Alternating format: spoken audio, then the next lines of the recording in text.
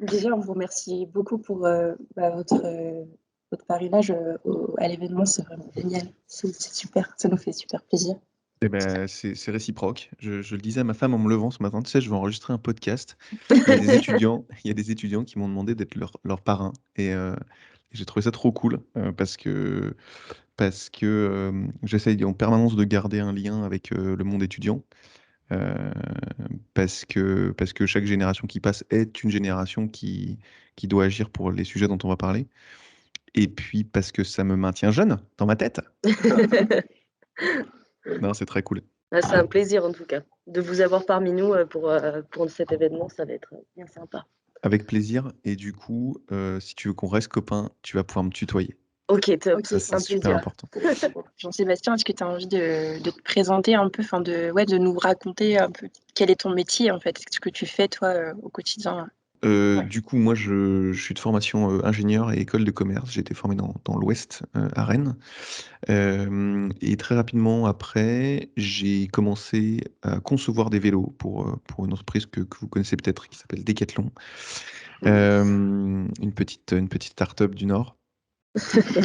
Et du coup, j'ai conçu des vélos pendant 5-6 ans et en 2015, j'ai pris une grosse claque, heu, un peu coming out, social, environnemental sur l'état du monde. Voilà, jusqu'alors, j'avais pas vu, pourtant j'avais voyagé, donc peut-être que mes yeux, étaient pas autorisés à voir, mes oreilles pas autorisées à écouter et je reviendrai un peu sur les 5 sens parce que vous faites une formation et vous êtes au contact de personnes qui sont pour moi des piliers absolument indispensables à la transition, à la construction d'un monde, plus juste, plus soutenable, mais j'y reviendrai juste après. Et donc en 2015, je prends cette grosse claque. Donc je réfléchis d'abord à quitter, Decathlon parce que je me dis: «Bon, bah, je vois pas trop le rapport, le modèle qu'on utilise, me va pas trop». On vend beaucoup de plastique, en fait et que ce soit les emballages ou même les produits, hein. Enfin, quand vous rentrez dans un magasin Decathlon, il y a beaucoup de plastique et puis la manière dont on le fait, voilà. Ça me correspondait plus trop et puis en fait, quand j'ai regardé un peu autour de moi, je me suis dit, «Ouais, mais si j'ai un peu de l'énergie pour changer le modèle de l'intérieur, c'est encore plus puissant». Parce que si je me casse, je serai remplacé par quelqu'un avec potentiellement moins de conviction, moins d'envie de changer les choses, et du coup, ben, si tout le monde se barre de ces grands groupes, faut pas s'étonner que ces grands groupes ne changent jamais, quoi. Donc je me suis dit: «Non mais» puis moi je suis un peu taquin, donc du coup, je me suis dit: «Bah, c'est nickel, je vais rester». En fait, je suis resté, 6 ans et je me suis éclaté parce que déjà, c'était possible chez Decathlon. Dans toutes les entreprises n'offrent pas la possibilité et la liberté à ses salariés de monter des projets. J'ai monté des projets de zéro, j'ai créé des métiers, j'ai créé des postes, et on m'a laissé faire, hem, avec quelques preuves que des choses avancent et fonctionnent quand même. C'est pour ça que je vous reparlais de la mesure tout à l'heure, bien mesurer ce que vous essayez d'atteindre, pour dire: «Bah, regardez, j'y suis arrivé, donc on te laisse continuer». Et du coup, j'ai fait ça pendant 6 ans et donc j'ai travaillé sur différents projets toujours autour du produit, mais autour de la réparation, autour du recyclage, autour du réemploi et puis, en 2018-2019, je me suis rendu compte que les solutions qu'on mettait en œuvre, c'était un moyen de minimiser l'impact de Decathlon. Donc c'est ce qu'on appelle grosso modo du développement durable ou de la RSE. C'est rendre le modèle économique de Decathlon, bah, un peu moins impactant. Donc on essaye de recycler, on essaye de faire de l'éco-conception, on essaye de revendre nos produits d'occasion, on essaye de les donner, tout ça, tout ça. Et je me suis dit, enfin j'ai pris conscience en fait, c'est même plus que ça, que pour atteindre les objectifs que Decathlon s'était fixés et notamment de respecter les accords de Paris, donc de rester en dessous de la barre des 1,5 degrés de dérèglement et c'est qu'un élément, mais si vous dézoomez encore plus sur les enjeux et que vous vous intéressez un peu aux limites planétaires, il n'y a pas que le dérèglement climatique qui est problématique dans ce qui arrive. Là, vous avez peut-être vu l'actualité, on vient de dépasser la 6e limite planétaire sur 9, avant que vraiment le monde passe dans une espèce de basculement dont même les scientifiques, si tu veux, n'arrivent pas à prévoir ce qui pourrait se passer. Donc ça, c'était pour, la bonne nouvelle Il y en a et toujours. il y en a toujours et du coup, bah, déjà, il en reste 3 limite, on peut voir le côté verre à moitié plein. Et je me suis dit: «Mais non, mais c'est très cool, mais ça suffira pas». c'est pas en mettant des pansements, c'est pas en pansement un peu sur la jambe de bois. Je pourrais vous faire passer un article de euh, Monsieur Denis Meadows. Je ne sais pas si ça vous parle. En fait, c'est celui qui a écrit le rapport Meadows du Club de Rome, dont vous avez peut-être entendu parler en 72, qui est le premier rapport vraiment là, qui traite un peu de cette problématique de la surconsommation et du suremballement et des conséquences négatives du capitalisme. Il y en a eu des très belles. Notre niveau de vie à nous occidentaux, le niveau de santé, enfin, ouais, il y a eu des belles choses, mais voilà, ça a généré quelques problèmes et ce rapport l'écrivait. Et là, il a été réinterviewé par une revue que vous connaissez peut-être qui s'appelle Sismic. Donc vous pourrez aller regarder ce petit. C'est en podcast et puis c'est écrit. Et donc c'est intéressant à quel point il vient justement faire le point. Il y a un truc intéressant dans ce rapport, c'est que, et je trouve que c'est un message vachement intéressant pour nos générations et les générations à venir. Ils disent mais comment, qu'est-ce qu'il faudrait dire à nos enfants pour appréhender le monde? Et il disait, le problème du capitalisme, c'est le volume. C'est d'avoir imaginé un monde avec du toujours plus et que tous nos modèles seraient basés sur une expansion de la matière géographique, etc. Donc de penser en volume. Et donc il dit, bah voilà, si vous voulez élever vos enfants dans un monde un peu plus soutenable, apprenez-leur à en avoir assez et pas toujours plus. Et j'aime bien cette petite phrase que je trouve inspirante. Et donc, pour le relier très rapidement à la fin de ma présentation, du coup, en 2018, à partir de 2018, j'ai tenté chez Decathlon d'activer de la transition du modèle économique de Decathlon, parce qu'en fait, il emploie d'ailleurs une autre métaphore dans cette interview, c'est que quand vous avez détecté un cancer dans votre corps, vous avez plusieurs solutions. Soit vous traitez les symptômes, donc quand vous avez mal à la tête, vous prenez du Doliprane, quand vous avez mal au ventre, vous prenez du Spasfon, mais en attendant, le cancer, il continue de vous bouffer. Soit vous prenez le truc à bras le corps, et puis vous acceptez de traiter votre cancer. C'est rarement agréable de traiter un cancer. Vous n'êtes même pas sûr que ça va fonctionner. Vous vous attaquez vraiment à la cause même du problème. Et en fait, tant que les entreprises n'auront pas décidé de travailler à la cause même des dérèglements qu'elles créent. On a parlé des limites planétaires, on a parlé du CO2, qui est leur modèle économique en tant que tel.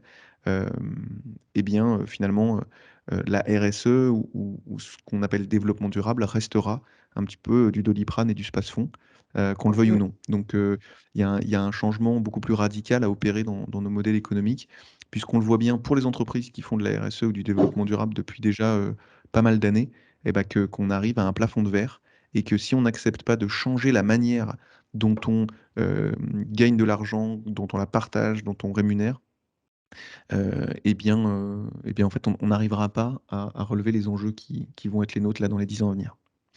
Et donc j'ai décidé d'en faire mon métier. Donc j'ai quitté récemment Decathlon pour rejoindre une société coopérative qui s'appelle Imatera et qui est spécialisée justement dans l'accompagnement des entreprises à la transition dans ces modèles économiques soutenables. Matera, moi peut-être que je suis pas au courant, mais ça s'écrit comment? Peut-être que les autres le sont, hein. Ouais, non, c'est encore assez peu connu parce que c'est des approches qui ont été théorisées au début des années 2000 et le temps que ça se structure, on est quasiment les seuls à développer ce référentiel autour d'une notion que vous avez peut-être entendu parler qui s'appelle l'économie de la fonctionnalité et de la coopération. Et donc c'est de plus en plus connu. Néanmoins, les approches, les référentiels sont pas encore forcément très disponibles pour être mis en place dans les entreprises. Et nous, c'est notre travail. Donc c'est normal qu'on soit pas connu, et notamment dans le Nord, puisque les antennes sont présentes dans le Sud-Est, en Bretagne et en Loire-Atlantique. Et moi, mon métier, ça va être de développer justement les activités d'Imatera dans les Hauts-de-France. Ça s'écrit, pardon, I2MATE2RA. Et à côté de ça, pour faire un lien avec la raison pour laquelle j'ai accepté d'être le parrain de votre édition, c'est que j'ai cofondé une société qui s'appelle Pause Déclic. Et moi, j'ai deux métiers depuis à peu près 5-6 ans. C'est absolument génial. Ça s'appelle un peu dans la définition d'être slasher. Donc, c'est cumuler plusieurs emplois de manière choisie, hein, et pas subie. Et donc, j'ai Imatera 80% de mon temps et 20% de mon temps sur Pause Déclic. Et Pause Déclic, on intervient dans les moments de pause des organisations, des écoles, des entreprises, dans les moments de formation, séminaires, peu importe, pour les aider à créer des déclics. et notamment grâce à l'humour, puisqu'à côté de ça, je fais pas mal de stand-up au Spotlight, Ah, la référence, et puis en scène ouverte, hein, et puis j'ai à peu près 8 ans de théâtre d'impro. Et en fait, on a décidé de mettre ces outils-là au service justement de déclics à créer dans les entreprises pour utiliser l'humour et les émotions au sens large. Donc en tout cas, le côté artistique du propos pour créer une forme très différente d'un PowerPoint pour expliquer des machins à des gens. Et donc on construit des spectacles complets, on utilise le stand-up, on utilise la partie spectacle vivant, puis on fait aussi beaucoup de vidéos. Euh, Toujours en partant d'une problématique. Nous, on fait que du sur-mesure. Donc, on part de la problématique de l'entreprise et ensuite, on crée une forme adaptée. Euh, voilà, tout type de forme artistique pour aider les entreprises à faire passer les messages d'une manière un petit peu différente, un peu disruptive et surtout légère et humoristique. Donc ça, c'est Pause Déclic. Et là, vous me connaissez en totalité. C'est passionnant, c'est génial. carrément. Et du coup, ça me fait venir à la prochaine question. Est-ce que toi, il y a une façon spécifique dont tu aimerais intervenir par rapport à notre événement? Enfin, est-ce que tu as des attentes et du coup, vis-à-vis de ce que tu fais? Là, tu nous parles du stand-up, du spectacle vivant. Est-ce que tu penses qu'il y a enfin, il y a quelque chose qui te plairait vraiment là, en tant que parrain? Il faudrait vraiment que je sache précisément comment est constitué l'événement, Oui, bien sûr. parce que nous, on part vraiment toujours du fond et donc de votre événement pour essayer de trouver la meilleure forme et surtout quels pourraient être aussi vos objectifs au travers de cette intervention. Mais ça peut être d'imaginer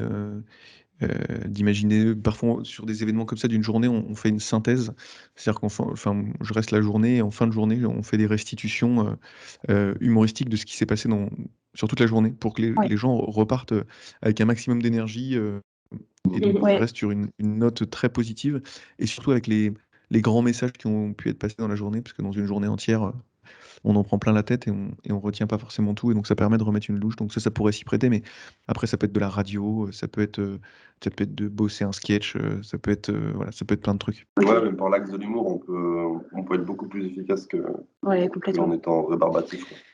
Ouais, en fait, tu permets de mettre de l'optimisme, de la joie, grâce à nos potes les endorphines, autour de ce sujet-là. Et nous, on fait gagner beaucoup de temps aux entreprises aussi parce qu'on crève les abcès. Tu vois, on met les problèmes au milieu de la place du village, alors que personne n'osait trop en parler. Tu vois, on raconte tout ce qui se dit tout bas à la machine à café, quoi. C'est passionnant ce que tu nous racontes, vraiment génial. Alors, juste, moi, il y a un truc qui me tient à cœur. Enfin, c'est la raison pour Ouais, bien laquelle sûr, bien sûr.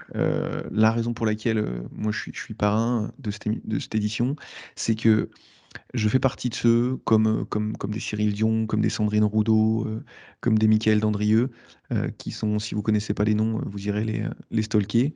Euh, En fait, c'est des gens, enfin, et de manière plus ancienne, Jules Verne. En fait, c'est des gens qui avaient compris que en maîtrisant et en stimulant l'imaginaire des gens, en fait, on mettait en place un monde qui nous paraît bon ou pas bon. Et donc, dans votre métier et autour de vous, autour des artistes, autour du domaine créatif, en fait, vous avez les outils pour stimuler et créer de nouveaux imaginaires positifs. Et quand on parlait de joie, on parlait de rébarbatif, etc., c'est qu'en fait, nos imaginaires, ils sont vachement en panne. Les grands mythes sont en train de s'effondrer, le mythe religieux, le mythe capitaliste, donc les mythes qui nous faisaient faire société sont en train de s'effondrer parce qu'on voit par rapport à ce on a fait à la planète, ces mythes-là s'effondrent et on voit bien qu'ils ne sont pas adaptés. Sauf qu'en fait, nos imaginaires, ils sont vachement en panne. Et ils ont vachement de mal à se projeter dans ce que pourrait être un monde plus durable, plus heureux, plus positif. Et que tant qu'on verra à la télé uniquement des films de zombies qui se font défoncer à la calache, en fait, notre imaginaire, il va être plutôt là-dedans. Puis on se dira, bon, finalement, on attend qu'il y ait un énorme virus qui nous fasse devenir des zombies pour qu'on se tue à la calache, en fait, parce que c'est ça qu'on a foutu dans notre cerveau. Et je crois que du coup, vous avez une responsabilité immense dans le milieu artistique, c'est de s'attacher à créer des nouveaux imaginaires qui nous permettent de voyager dans un monde plus durable, plus soutenable, plus heureux, plus positif.